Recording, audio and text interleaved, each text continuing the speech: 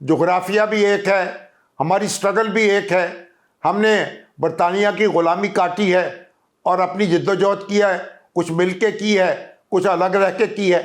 تو بنگلہ دیش اور پاکستان دونوں میں دھما چوکڑی مچی ہوئی ہے اور دونوں میں ادارے بن نہیں پا رہے. مگر انڈیا جو ہے اس نے اس معاملے میں قابو پایا ہے. وہاں انتقال اقتدار بڑی آسانی سے ہوتا ہے. بیلٹ پیپر جو ہے اس کی تقدیس جو ہے وہ اسٹیبلش ہو چکی ہے اور وہاں انتخابات ہوتے ہیں, ان پر کوئی انگلی نہیں اٹھاتا. تو یہ ہمیں اپنی پھر آج کہیں ہمیں ریویو کرنے کی ضرورت ہے کہ کیا ہم نے جو مذہب کی کار فرمائی قبول کی ریاستی نظام میں, شاید اس کو انڈو کرنا پڑے گا, کیونکہ یہ کام بنگلہ دیش نے بھی کیا, ہم نے بھی کیا. بنگلہ دیش نے تو سیکولر بن کے دکھا دیا, اس کے دستور میں دوسری طرف دوسری انتہا پہ چلا گیا نا. اس نے تو مذہبی جماعتوں پہ پابندی لگا دی. اور لیکن اس کے بعد وہ آپ سیکولر ہوں یا مسلمان ہوں یا ہندو ہوں یا بدھ مت سے تعلق رکھتے ہوں, جب تک آپ اپنے آپ کو ڈسپلن نہیں کریں گے معاملات آگے نہیں چلیں گے. تو بنگلہ دیش جو ہے اس نے سیکولر بن کے دیکھ لیا, صدارتی نظام لا کے دیکھ لیا, ون پارٹی اسٹیٹ بنا کے دیکھ لیا. ہم نے بھی مارشل لا لگا کے دیکھ لیا, آمریتیں دیکھ لیں, جمہوریت کو اس کو صدارتی نظام میں تبدیل کر کے دیکھ لیا, پھر پارلیمانی نظام جو ہے. لیکن بنیادی بات یہ ہے کہ جو ہمارے حکمران ہیں اور ہمارے سیاستدان ہیں انہوں نے ایک دوسرے کے ساتھ مل کر جینا نہیں سیکھا. وہ آج بھی اسی دور میں زندہ ہیں جب طاقت فیصلہ کرتی تھی اقتدار کا اور تلوار سے اقتدار حاصل کیا جاتا تھا. تو یہ بنگلہ دیش میں آپ دیکھ لیں کتنی دفعہ یہ تیسرا کو ہے کہ چوتھا کو ہے کہ پانچواں ہے. تو اللہ کا شکر ہے کہ ہم اس طرح سے آگ اور خون کے دریا میں تو نہیں گزرے جس طرح وہ لوگ بار بار گزر رہے ہیں. لیکن شامی صاحب جس طرح سے آج طاقت کے حصول کا ایک مقابلہ چل رہا ہے, ہر ادارہ یہ ثابت کرنے پر تلا ہے کہ وہی سپیریئر ہے باقی اداروں پر, تو ایسے میں کیوں کر کوئی اپنی حدود میں رہ کر کام کرنا چاہے گا؟ یہ جو اہل سیاست ہیں جو لیڈ کرتے ہیں, جن کا کہنا یہ ہے کہ ہم لیڈر ہیں, ہم لیڈ کرتے ہیں, ہم رہنما ہیں, یہ کام ان کو کرنا ہوگا. یہ دیکھیں نا, جو دماغ کا کام ہے وہ دماغ کرے گا, جو دل کا کام ہے وہ دل کرے گا. ٹانگیں نہیں کریں گی, ہاتھ نہیں کریں گے. تو ہمارے ہاں جو خلل ہے وہ دماغ میں ہے, دل میں ہے. ہماری سیاست جو ہے جب تک وہ اس کو یہ طریقہ نہیں سیکھے گی ایک دوسرے کو برداشت کرنے کا, اس وقت تک سارے مسائل ہمارے حل طلب رہیں گے اور ہم اپنی انرجی ضائع کرتے رہیں گے. آج کل ایک تھیوری چل رہی ہے, یا یوں کہیے کہ حالات سے یہ اخذ کیا جا سکتا ہے کہ سیاست کو قوت کے زور پر اس کو ایک نئی شکل دے دی جائے. کیا ایسا ممکن ہو سکے گا, اور پھر کیا ملک میں واقعی ریاستی نظم و نسق جو ہے وہ بہتر صورتحال اختیار کر لے گا؟ بھئی قوت کے بل پہ تو ہم نے سیاست کو کئی دفعہ رخ دینے کی کوشش کی ہے, کئی ہم نے سیاسی قائد پیدا کیے ہیں. آپ دیکھ لیں کہ ذوالفقار علی بھٹو سے شروع ہو جائیں, ذوالفقار علی بھٹو صاحب, نواز شریف صاحب, عمران خان صاحب, سارے کہاں سے آئے ہیں, کہاں پرورش پائی ہے انہوں نے, ان کی جوانی کہاں بسر ہوئی ہے, ان کو کس نے آگے بڑھایا ہے. تو ایک ہی کہانی ہے نا. تو اگر یہ طاقت جو ہے, ہم اپنی سیاست کو طاقت کے زور پہ کبھی درست نہیں کر سکیں گے. اگر آپ یہ ہم سبق کیوں نہیں سیکھتے, بار بار یہ غلطی کیوں دہراتے چلے جاتے ہیں؟ شامی صاحب, جوہری مسئلہ ہمارا کہاں پہ ہے؟ کیا ہماری اسٹیبلشمنٹ کو سیاستدانوں کی ترقی گوارا نہیں ہے, یا سیاستدان اسٹیبلشمنٹ سے کھیلتے ہیں, یا سیاستدان اسٹیبلشمنٹ کو وہ کردار ادا کرنے سے بھی روکتے ہیں جو اسے ادا کرنا چاہیے؟ دیکھیے ہماری جو سیاستدان ہیں, بنیادی غلطی میں سمجھتا جو لیڈرشپ کی ہے, بنیادی غلطی وہ ہے. آپ دیکھیں پہلے آپ مجھے گورنر جنرل غلام محمد کو کس نے بنایا, کس نے گورنر جنرل بنایا, اس کو وزیر خزانہ کس نے بنایا؟ دیکھیں نا, اس کے بعد انہوں نے یعنی سرکاری افسروں کو یہ خون کس نے لگایا, اب کس نے منہ سے لگا کہ وہ بھی سرکاری افسر جو ہیں وہ بھی قائد بن سکتے ہیں, وہ بڑے مناصب پر قبضہ کر سکتے ہیں. تو گورنر جنرل ہم نے غلام محمد بن گیا, پھر اس کے بعد اسکندر مرزا بن گئے, پھر اس کے بعد تو پھر ایوب خان کو ایکسٹینشن کس نے دی؟ اگر ایوب خان کو ایکسٹینشن نہ دی جاتی آج ہمارے ملک کی تاریخ مختلف ہوتی. تو ہمارے جو سیاستدان تھے, ہمارے جو لیڈر تھے, وہ نا تجربہ کار تھے. انہوں نے دنیا دیکھی نہیں تھی, ان کا یا مطالعہ کم تھا یا مشاہدہ کم تھا. انہوں نے اپنی سیاست جو ہے اس کی حفاظت نہیں کی, سرکاری افسر اس میں دخیل ہوتے چلے گئے اور یہاں تک کہ سیاست کو بالکل بے دخل کر دیا. تو آپ کو اب اس ساری صورتحال میں آپ عدلیہ کا کیا کردار دیکھتے ہیں؟ عدلیہ کتنی قصوروار ہے؟ عدلیہ تو دیکھیں, عدلیہ تو بنیادی طور پر قصوروار ہے, لیکن آپ بتائیں کہ عدلیہ انڈیا میں عدلیہ کیوں نہیں قصوروار ہوئی؟ وہیں سے عدلیہ کے پاس کے معاملات گئے کیوں؟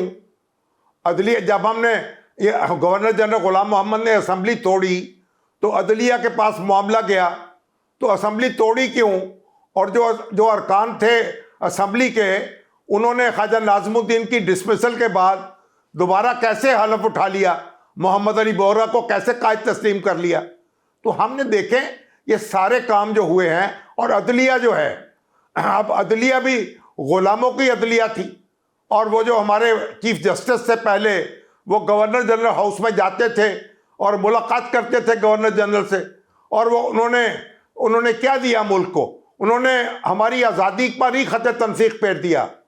انہوں نے کہا کہ جب تک ہماری دستور ساز اسمبلی کا پاس کردہ کوئی قانون جو ہے اس پہ گورنر جنرل توثیق نہیں کرے گا وہ قانون نہیں بن سکتا. تو یہ تماشا ہم نے لگایا نا. تو عدلیہ جو تھی اس کو موقع کیوں دیا ہم نے آپس کی لڑائیوں نے؟ اور عدلیہ پارلیمنٹ کیوں نہیں اپنے معاملات طے کرتی؟ لیڈر کیوں نہیں اپنے معاملات طے کرتے؟ ہم پھر اسی دائرے میں آج بھی وہیں پہ کھڑے ہیں.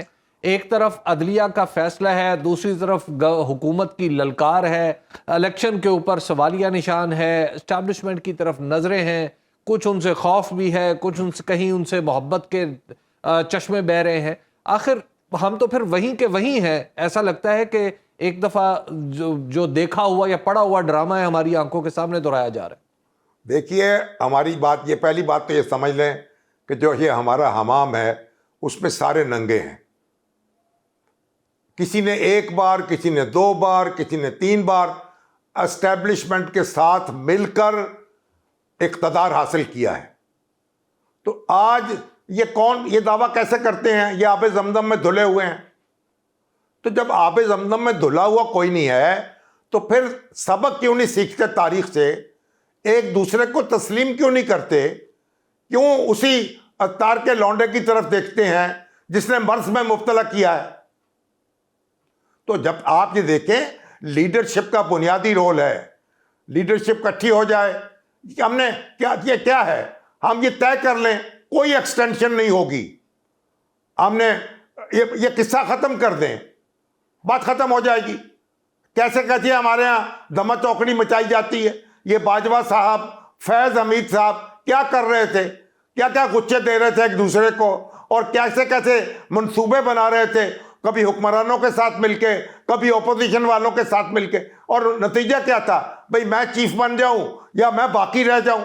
تو یہ ہم نے جو کھیل ہے اسے ختم کیوں نہیں کرتے؟ انڈیا نے پہلے دن سے ختم کر دیا. ایکسٹینشن کے معاملے کی باز گشت ہے, کیا آپ سمجھتے ہیں اگر اس نہج پر ہمارے سیاستدان کوئی ایسا فیصلہ لیتے ہیں تو یہ ٹرننگ پوائنٹ ہو سکتا ہے پاکستان کے لیے؟ نہیں, ابھی تو چیف جسٹس کی ایکسٹینشن کی بات ہو رہی ہے.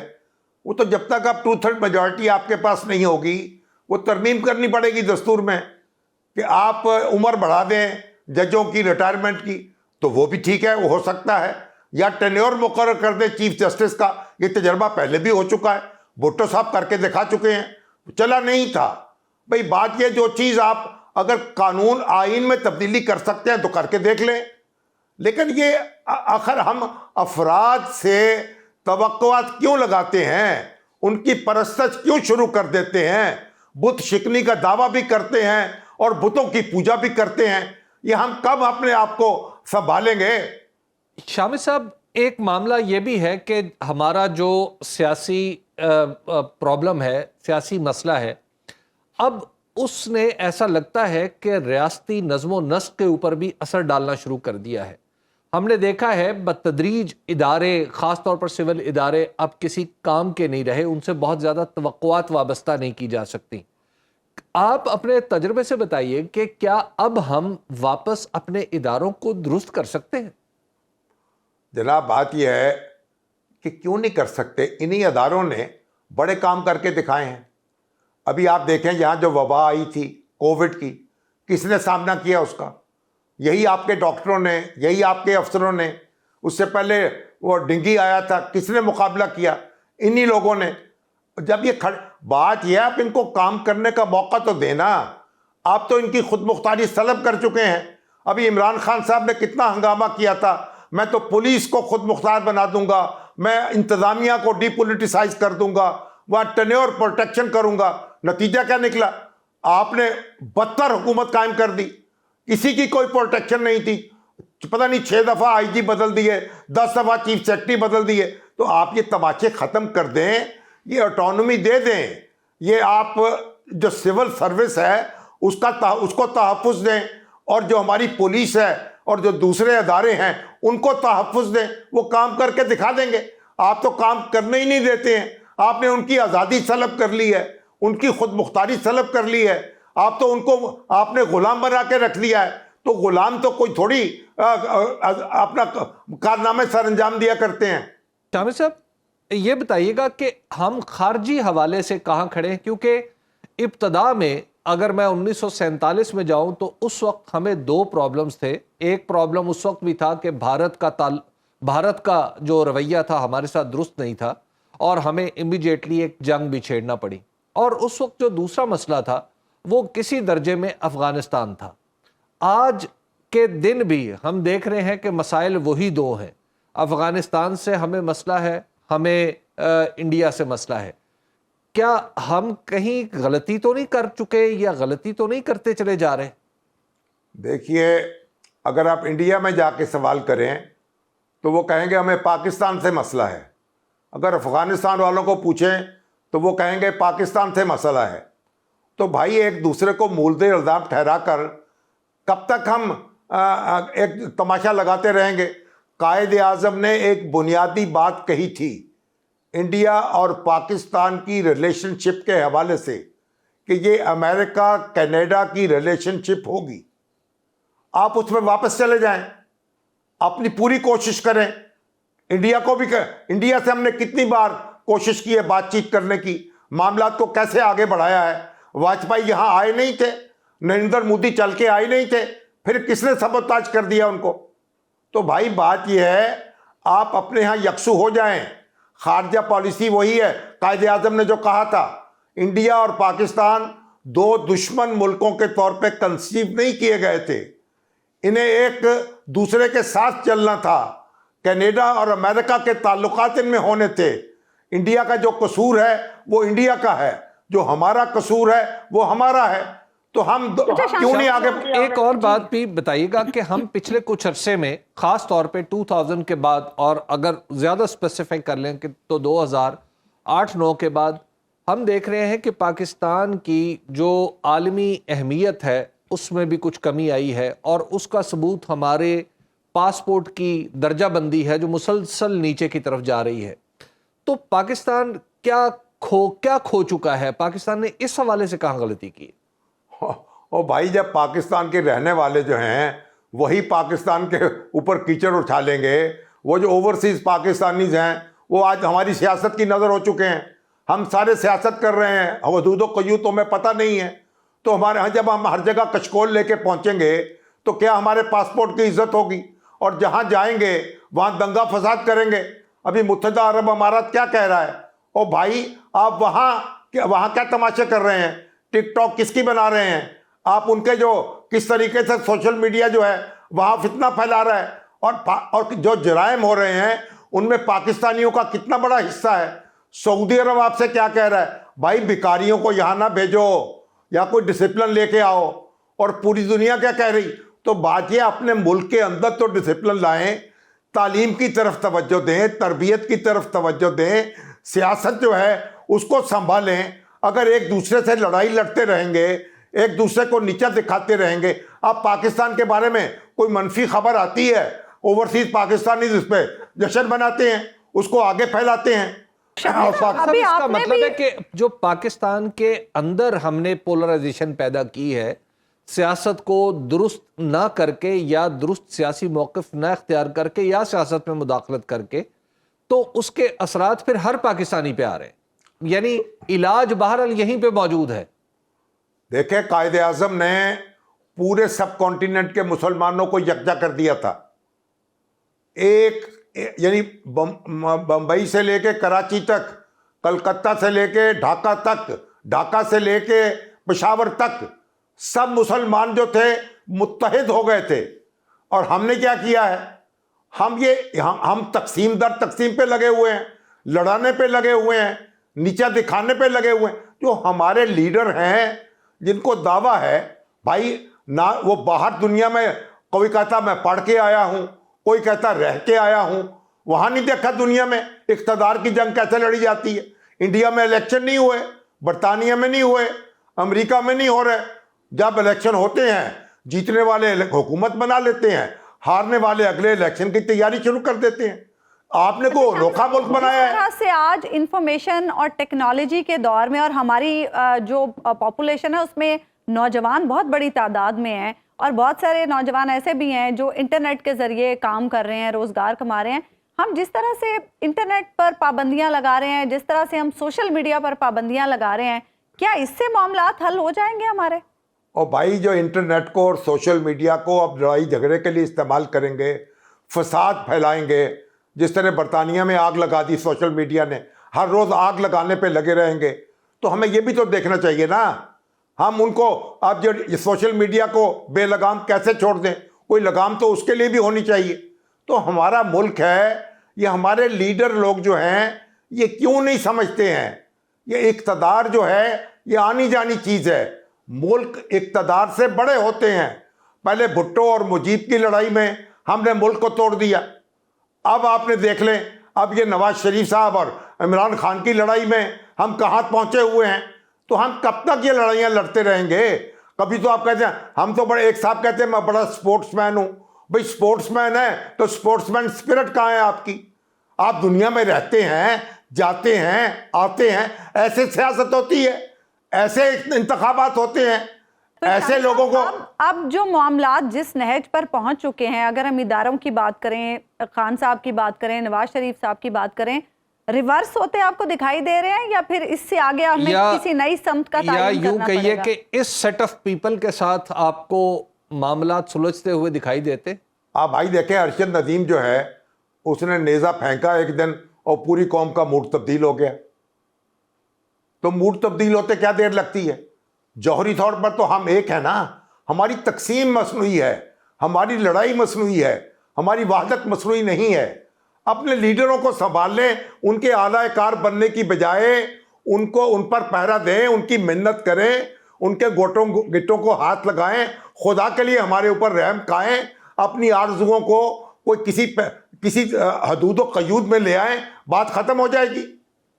ٹھیک ہے, بہت بہت شکریہ مجیب الرحمان شامی صاحب, آپ پروگرام میں موجود تھے. ایک بریک ہم لیں گے ناظرین, بریک کے بعد واپس آئیں گے تو حبیب صاحب سے بات کریں. ویلکم ایک ناظرین, آج 14 اگست ہے. حبیب صاحب, میں, آپ اور ہمارے جیسے کئی پاکستانی یہ امید لگائے بیٹھے ہیں کہ شاید آج حالات ٹھیک ہو جائیں, شاید کل حالات ٹھیک ہو جائیں. الیکشن سے ایک ہمیں امید تھی کہ شاید الیکشن کے بعد حالات ٹھیک ہو جائیں گے, لیکن اس کے بعد بھی صورتحال مایوس کن ہی ہمیں دکھائی دے رہی ہے. کیا یہ حالات درست ہو سکتے ہیں, اور آغاز کہاں سے کرنا ہوگا؟ بالکل ہو سکتے ہیں. دیکھیے, سب سے پہلے ہمیں آغاز کرنا ہوگا اپنی نظریاتی جہت درست کرنے سے. اس کی وجہ یہ ہے کہ جب قائد اعظم نے رحمۃ اللہ علیہ نے یہ ریاست بنائی تھی, اور اس وقت کے جو لوگ تھے, اور اس وقت جو پاکستان میں انہوں نے سرکاری تقریر کی تھی 11 اگست کی, اس میں انہوں نے کہا تھا کہ اب ریاست کے لیے سارے باشندے برابر ہیں, اس میں چاہے وہ مسلمان ہیں چاہے وہ نان مسلم ہیں. لیکن ہم نے اس کے بعد قرارداد مقاصد کے ذریعے اپنے اندر ایک ایسی مذہبی اسٹیبلشمنٹ پیدا کر لی جس کے نتیجے میں ہم نے ملک کے اندر ایک مذہبی تقسیم بھی پیدا کر دی. اور پھر اب معاملات اس سے یہاں تک چلے کہ اب ہم ایکسٹریمزم سے اور دہشت گردی سے نمٹنے کے لیے ہمیں اپنی جانیں قربان کرنا پڑتا ہے. تو سب سے پہلے تو اپنی ریاست کی ہمیں ترجیحات طے کرنی پڑیں گی, اس کی نظریاتی جہد درست کرنی پڑے گی. دوسری بات جو ہمیں کرنی ہے وہ میں نے 6 نکات ایکچولی میں نے اپنے طور پر بہت غور کر کے اس پہ میں نے کچھ کام بھی کیا تھا ایک زمانے میں, تو میں ایکچولی ان کو آپ کے سامنے پیش کر رہا ہوں. ٹھیک. سیاسی اصلاحات ہمیں کرنا ہوں گی کہ سیاسی اصلاحات کا حصہ بنانا ہوگا ہمیں کہ ہمارے ہاں 3 ٹیئرز موجود ہوں پولیٹیکل. پہلا ٹیئر ہو قومی اسمبلی اور سینٹ کا, دوسرا ہو صوبے کا, اور تیسرا ہو مقامی بلدیاتی. اب جو بلدیاتی معاملہ ہے اس کو ہم دیکھتے ہیں کہ ہمیشہ آمروں نے اس کو کبھی اپنے حلقہ انتخاب کے طور پر استعمال کیا ہے, کبھی کسی اور طریقے سے استعمال کیا ہے, کبھی اپنے سٹوجز کو وہاں پر فٹ کرنے کے لیے استعمال کیا ہے. اس کو کبھی بھی انڈیپینڈنس نہیں دی, یعنی ایسی صورت نہیں دی کہ وہ باقاعدہ طور پر لیڈرشپ کریٹ کر سکے, لیڈرشپ پیدا کر سکے, یا شہروں کے اتنے بڑے بڑے شہروں کے معاملات لوگوں کے ہاتھ میں دیے جا سکے. آج بھی ہمارے ذہن میں ایک نوآبادیاتی تصور ہے کہ ہم نے ڈی سی اور کمشنر کے ذریعے معاملات چلانے ہیں, ہم نے کسی افسر کے ذریعے معاملات چلانے ہیں, ہم نے منتخب نمائندے کے ذریعے معاملات نہیں چلانے. حالانکہ اس سے بہت سارے مسائل حل ہو سکتے ہیں, اور بہترین سسٹم اس کے لیے جنرل پرویز مشرف نے ہمیں دیا تھا. جنرل پرویز مشرف نے بھی اس کو اپنے ذاتی مقاصد کے لیے استعمال کیا تھا, لیکن اس سسٹم کے افیکٹو ہونے میں کوئی شک نہیں ہے. آپ 3 ٹیئر کے نظام کو بحال کر دیں, پاکستان کے بہت سارے جو پولیٹیکل مسائل آپ کو نظر آتے ہیں نا, اس کو صوبہ بنا دو, اس کو یہ کر دو, اس کو وہ کر دو, ہمیں ہمارے حقوق نہیں ملتے ہیں, وہ سارے کی سارے معاملات جو ہیں وہ حل ہو جائیں گے. آپ بلوچستان میں گوادر میں کیوں ایک طاقتور بلدیاتی نظام نہیں بناتے, آپ تربت میں کیوں نہیں بناتے, ہم لاہور میں کیوں نہیں بناتے, کراچی میں کیوں نہیں بناتے؟ وہاں پہ ہم صرف اپنے سٹوجز کے ذریعے کام چلانا چاہتے ہیں. سب سے پہلے تو ہمیں اپنی ان سیاسی اصلاحات کے حوالے سے ان پہ غور کرنا ہوگا, اور دوسرا اس سے جڑا ہوا معاملہ ہے وہ انتخابی اصلاحات ہے. انتخابی اصلاحات پہ ہمیں کام کرنا ہوگا. وہ لوگ جو انتخابی معاملات کو سمجھتے ہیں ان کو ساتھ بٹھا کے انہیں دیکھنا ہوگا کہ ہم اپنے سسٹم سے یہ جو بلا وجہ کا پیسہ ہم لگاتے ہیں, اربوں روپیہ لگتا ہے, اس کو کیسے دور کیا جا سکتا ہے, ٹیکنالوجی کو کیسے استعمال کیا جا سکتا ہے. تیسرا معاملہ ہے انتظامی اصلاحات. انتظامی اصلاحات یہ نہیں ہو سکتا کہ ایک آدمی نے کسی حادثے یا وقتی طور پر اس کی لیاقت کی بنیاد پہ اس نے CSS پاس کر لیا ہے, یا وہ کسی وقت میں فوج میں رہا ہے تو وہ ہر طرح کے معاملات کو چلا سکے. یہ نہیں ہو سکتا کہ آج آپ ایک آدمی کو کہیں کہ تم لائف سٹاک کے سیکٹری ہو, اور کل اسے انسانوں کی صحت کا محکمہ سونپ دیں, اور پرسوں اسے کہیں کہ تم سائنس اینڈ ٹیکنالوجی چلاؤ, اور پھر آج کہیں کہ تم آ جاؤ تعلیم چلا لو. اب یہ معاملہ نہیں چلے گا. سب کو قابلیت کے مطابق جگہ ملنی چاہیے. یہ ہماری جو سول سروس ہے یہ ایک مافیا بن چکی ہے. اب اس مافیا سے خدا کے لیے جان چھڑا لیں اور پروفیشنل لوگوں کو لے کے آئیں. امتحان جو ہے اس میں ہر شخص کو آپ نے ایک خام خواہ کی ایک فضول شرط لگا رکھی ہے, BA.